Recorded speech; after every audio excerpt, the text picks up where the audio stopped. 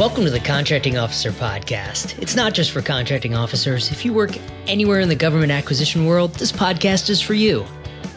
Our topic today is a disease that government contractors sometimes catch called incumbent-itis. In the interest of always trying to make better sounding podcasts, we try out new recording tools from time to time. Sometimes it works out, sometimes not. This is one of those nots, and we won't be using those tools again. I'm not a big fan of the audio quality in this episode. See if you can hear a few things that I had to fix in post-production. Be sure to join us in the Contracting Officer Podcast group on LinkedIn, because group members stay connected with other podcast listeners who are winning in the government market. Okay, let's get this episode started. Today, we're going to talk about common reasons that an incumbent loses the follow-on competition. When I was growing up, this was probably called being a little bit too big for your britches. Yes, maybe a little arrogance thing. We touched on some of the challenges of being an incumbent, most recently in the Crucible of the Incumbent episode, which was encored actually in episode 219. In that episode, I used the term incumbent-itis. It's kind of like a disease that the incumbent can catch that kills them in the upcoming competition, or at least cripples them maybe. All right, before we get on with that, let's stop and say thanks. I want to say thanks this week to Donna Payton. Donna is the program director at Human Touch LLC. It's a cybersecurity, cloud computing, and engineering firm in McLean, Virginia.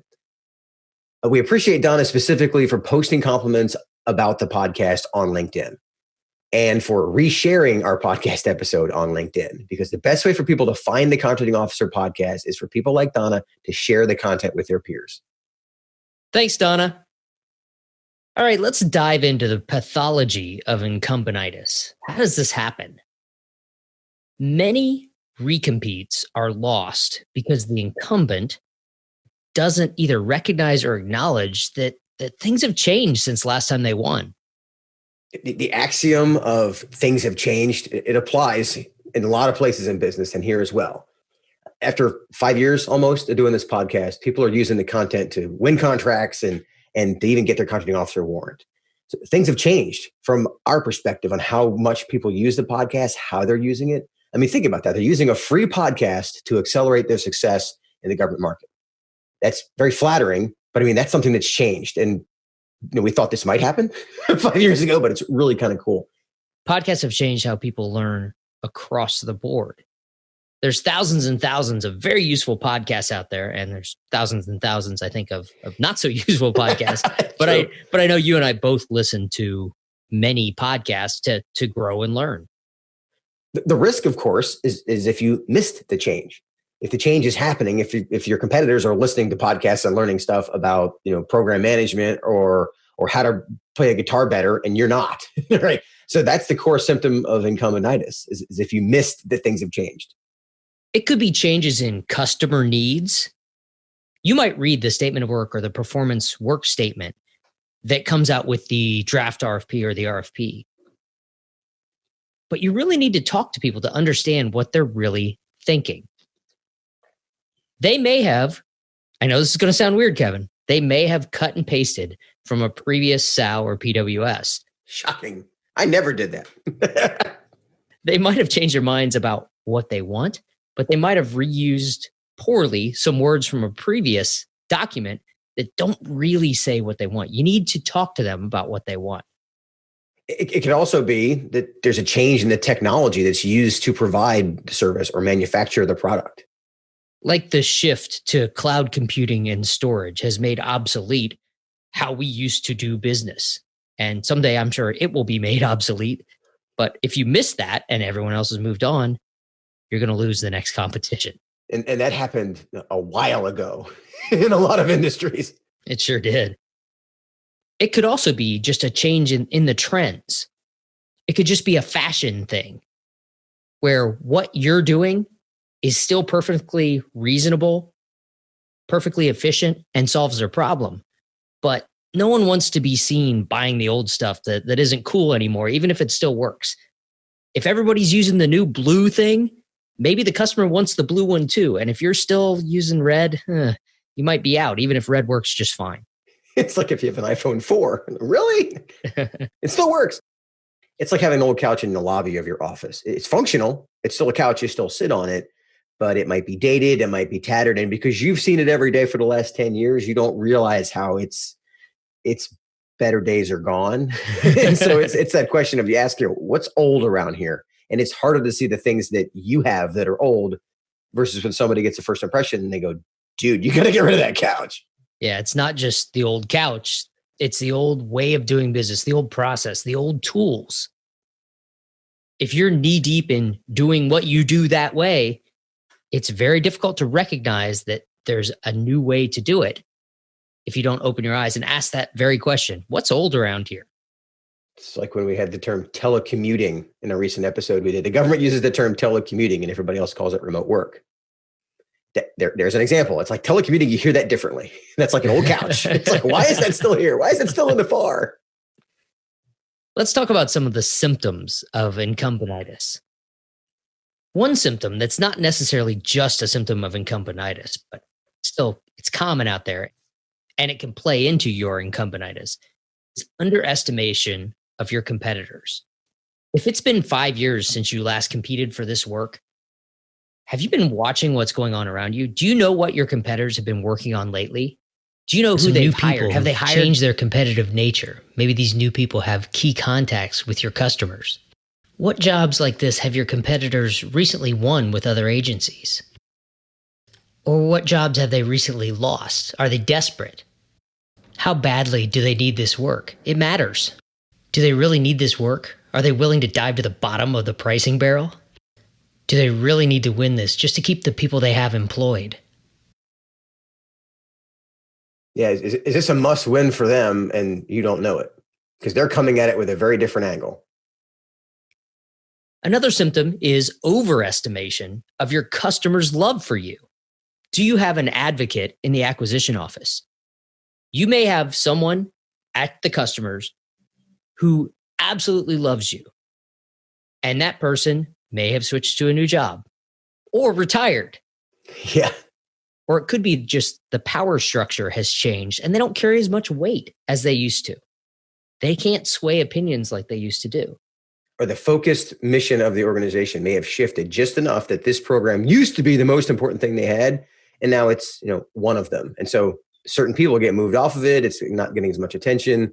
That could be the difference. And if you don't know that, you don't notice that, you don't see that it's changed, someone else does, that's a problem. Who else in the acquisition office can influence opinions? Because those opinions are carried into proposal evaluations. Even though they're reading the words that you've put in your proposal, those opinions matter. We had one source selection where a SETA on the government side, Systems Engineering Technical Assistance Service contractor, someone there to help them evaluate the proposals, carried a huge amount of influence. The source selection. This was the recognized expert on something. We knew who that person was, but we did not know that he was working this source selection. So we wrote our proposal based on what we thought the acquisition office wanted to see, what they had said they wanted. This guy came into the source selection, had a slightly different opinion that ended up carrying the day. And it's not like they didn't evaluate based on the rules they set up. They just looked at it slightly differently. And that slightly differently helped us lose. Another one is lack of proposal diligence. This concept of, we got this in the bag. We did it last time. That copy and paste exercise. I had a company come to us. They were looking for us to look over their proposal for them. And they started with, well, we're the incumbent on this, so this shouldn't take more than a couple of hours. It was a 40-page proposal. Their mindset was, we got this. They had reused so much of the content from the previous proposal, in addition to reusing a lot of the solution. They had not thought of this in terms of, this is a new opportunity. This is just a copy and paste. It's the same work we were doing before. We got this in the bag. The risk then is they say, okay, well, the red team review, you can do that in a couple of hours. This is a $15 million proposal. And your mindset is, it's easy enough that a consultant can do it in 2 hours. That's frightening. But that's the mindset. That's very easy to fall into that trap. This symptom is very common. That companies don't put the diligence into the recompete proposals. They think it's easy and they think they've got it. They don't start early enough. They don't work as hard to get information out of the customer and information out of the users. They reuse proposal content, like you said. This leads us right to the next symptom, which is proposing what you're doing now instead of proposing what's next. And that's an example of you not realizing what's changed or not even considering that something may have changed. Your competitors are going to ghost you. They're going to write about why what you're doing now, why your current approach is wrong, why it's old, why it's dated, why they can do something better. You need to approach every proposal like you've never worked for this customer before and like you've never done this work for them before. You need to write like your competitors write. I've seen proposals that ghost yourself. You actually explain why the current approach that you've been doing is wrong or old or dated and why this new way of doing it is better. You're basically writing like a competitor. Because you're realizing that things have changed and here's what we're doing about it. Let's talk a little more about overconfidence in proposal writing, because overconfidence is one of those symptoms of incumbent-itis. Remember that the proposal evaluators can only evaluate what you write in your proposal. I talked about opinions before. Opinions may add weight to the strengths or weaknesses that they assess against your proposal. So if they like you, you may get a little extra credit. If they don't like you, you may get knocked down a little bit. You can't get a strength for something they know, in quotes, but you haven't written into the proposal. That's the important part. It has to be written in the proposal for them to give you official credit for it. You can, however, get a weakness for not writing something that they know. That's another sin that incumbents commit on a regular basis, is they forget that they know this and think that everybody knows it. And they forget to actually put it in the proposal, write it down, make it something that is able to be evaluated. Let's pause here and link this conversation to the acquisition and execution time zones. If you're not familiar with the acquisition time zones, are in episode 3, and the execution time zones are in episode 84. On the acquisition time zone side, this starts during the market research zone. When the government is actively looking for people other than you, other than the incumbent. If you have incumbent-itis, you might not raise your head and make yourself visible during the market research zone, or visible enough during the market research zone. And the folks doing the market research, they're going to see indicators of things have changed when they look at other people. But if they're not looking at you because you're not raising your hand, out of the gate, you've already got somewhat of a disadvantage, because now they're doing it the new way and the incumbent's doing it the old way. And unless you show that you're with the new people, that you've seen things have changed, you've got risk.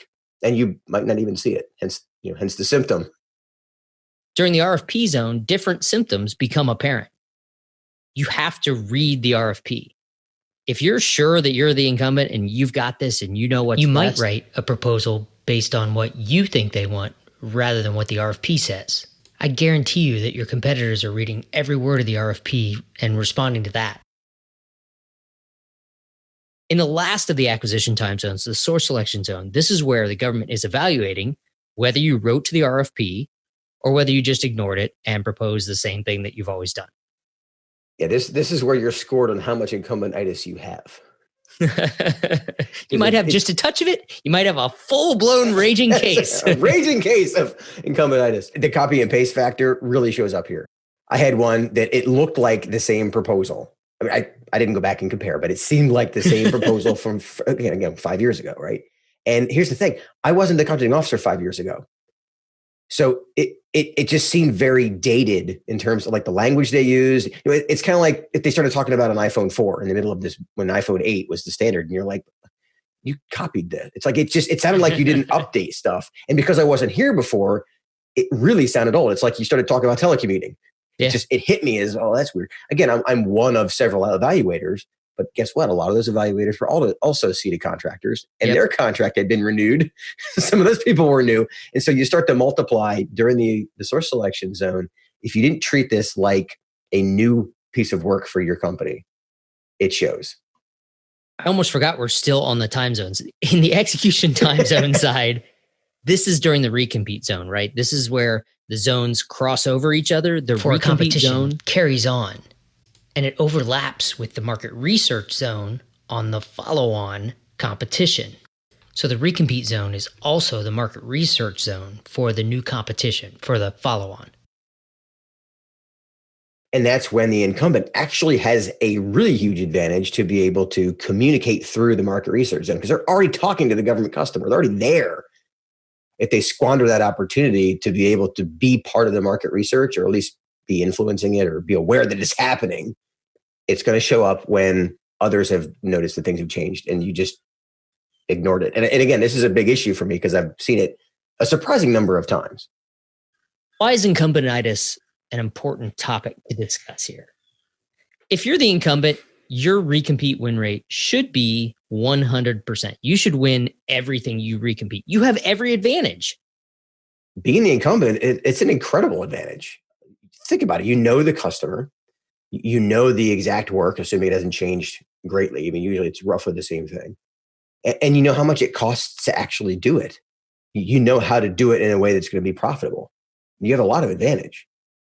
Despite that, the actual recompete win rate is more like 50 to 75%, depending on what source you use. It's not 100%, far less than that. And we talked about that in the Crucible of the Incumbent episode, that there are more factors to it. But realistically, when you win a contract, your future pipeline is based on you continuing to win that contract. I mean, the expectation is you don't lose customers. That Crucible of the Incumbent episode highlighted why all of the advantages that you just talked about can also be an incredible disadvantage. You know the customer. Yeah, that should be good. But the customer also knows you. They know the goods and the bads. You know the work, but the work may have changed while your mindset, understandably, is all about how it's done now. Sure, you know exactly how much it costs to do it, but the cost to do it today may not relate well to new ways to accomplish the desired end result, if they've changed what they wanted, or if the technology has changed, if they want the same thing. Plus, your competitors are likely to know how much your current contract value is, so they know the bogey that they're aiming for. They got to be below that for sure. They're also more likely to underbid out of lack of understanding of the scope. You know what it takes to do the job. If they don't understand it all, they might leave something out. Price that they then have to figure out how to execute later. Or they could even be buying in. They know exactly what it costs because they've watched you do the job, but they're going to undercut it so they can take it away from you. On the government side, why does the government care about incumbent-itis? On the government side, if you don't want change, communicate that to industry so folks know that the incumbent is doing a good job and is favored because they know this solution is working as being performed. This will weed out some of the competitors and make your job easier because the people who realize they can't do that aren't going to bid. However, don't assume your incumbent will write a good proposal nonetheless. You got to make sure you challenge them because if they think we got this, then they're more likely to mail it in, to think that it's just a copy and paste exercise and the government loves us, so we've already got this. And the performance may not be as good. You may be overpaying. You may have too many people. Lots of things, all the things we talked about, things have changed, right? They may not be aware of it. They may not even look if they get too much of a feel of, okay, we got this. Yeah, there's certainly ways to let industry know that you're happy with what you have and let that entrenched incumbent not see as much competition from other companies. But if you as the government don't challenge the incumbent and let them know that this is going to be a really tough competition and let them know that everyone's coming after them, they're not going to give you a really super competitive price. You have to keep them on their toes. There's a difference between saying we're happy with the performance versus saying we're happy with mediocrity next time. Right. That's a big difference. So don't give them both of those. Give them we're happy, but we're expecting, like all things in business, it should get better, more efficient, whatever. Government folks, don't fall for buy-ins from competitors to the incumbent. If you award to someone who bid an extraordinarily low price compared to what the job has been done for in the past, you're going to regret it after you award to them. You're going to see performance issues. You're going to see requests for changes. This will be an ECP, an engineering change proposal nightmare. New competitors can easily underestimate the price because they haven't been doing the job. So the more information you share, which is we always talk about communicate, the more you share, the more likely you are to get realistic proposals from a scope and price standpoint and not get an accidental buy-in. People might bid low in order to win on they price. won't accidentally bid less than it costs to do the job and cause you problems later. One last note on price realism. Government folks, compare your labor rates to commercial industry, not just the competitors for this competition. Because remember, in the talent market, government contractors are competing against everyone in the business for that talent. Every company out there, not just government contractors. If every proposal you get has a crazy low price for software developers, and you look across the industry and find out that no one is hiring software developers for that low of a salary, you may have a problem. All of your competitors may be delusionally competitive, and none of them have an eye on what it's really going to take to do the job. And that's particularly important for service contractors because of the labor rates, but it's also important for manufacturing of products. In a recent episode, we talked about welders. Welders are a particularly high value skill right now. But the people who do welding for things that don't end up in the government market, it's the same people. We're looking for the same people. And that's one of those things, like I like you're delusionally competitive. We're not inside a tiny box here. We're on the open market. And it's very easy for someone who doesn't know the work as well, who's not an incumbent, to say, oh yeah, we can get that done. And they don't know how hard it's going to be to get somebody to drive to a military base, wait in line to get on base, all the things it takes to do that for a pay cut. That's a tough thing to fix. Not gonna happen. Exactly. We kind of slipped over to why industry cares, right? These are problems that can be created if the incumbent has incumbent-itis. It can be fatal. It's preventable, or it's at least treatable, but there doesn't appear to be any vaccine that's been created that provides permanent protection from incumbent-itis. So you always got to be on the lookout for it. Recognize those symptoms. Even if you get through one proposal, incumbent-itis free, you're clear. Those symptoms can creep back in. Remember, as the incumbent, you have advantages that can easily turn cancerous. Just a little tiny bit of badness could grow into a giant tumor that loses the competition for you. You know how to do the job you're doing now. It may not be what the government customer wants next time. You know exactly how much it costs. Your competitors may be over-optimistic about their costs, and they are eager to unseat you. They're trying to take the work away. If you recognize all those things, you can prevent incumbent-itis from ruining your recompete win. All right, I think we've gone long enough on this disease today. Let's wrap this one up. Like I said, this is preventable. It is very treatable, but like some fatal diseases, you ignore the symptoms at your peril. All these things we talked about, those are symptoms of incumbent-itis creeping into your next opportunity. And here's what's really scary. If the entire organization has it and it spreads, like you said, it's like a cancer, right? It could spread across all the opportunities. And there was one large business that we worked with. They assumed, I kid you not, that they had this contract wrapped up we're the only ones that do this. So we're going to have this locked in for the next 20 years. Oof. You're the only one that does this today. And maybe for the next 5, but to be able to even think that you could project that far out, that was hubris. That was quite shocking, but that's how it starts, right? And think about it. What if the CEO says that, or the division director says that, and it just, everybody thinks that that's true? That spreads like wildfire. Yeah. It's like that person that keeps smoking and says, my grandfather smoked 2 packs a day and lived to 101. Just ignoring all the evidence that this might be bad and might kill you. It's not guaranteed to, but it's certainly more likely to. I'm going to circle back to talking about It's common price. for an incumbent to lose to a lower price competitor. We've talked about that in a whole bunch of previous episodes. It's also common for the government to regret their decision to award to someone else when their new source has trouble performing. If you successfully avoid catching incumbent-itis, you won't lose to a lower price competitor, and you'll offer the government a low risk solution for whatever new solution they want to acquire. And with that, I'll talk to you later, Kevin. I'll see you, Paul. Okay, that's it for this episode. Thanks for joining us. We'll see you in the Contracting Officer Podcast group on LinkedIn and right here next week.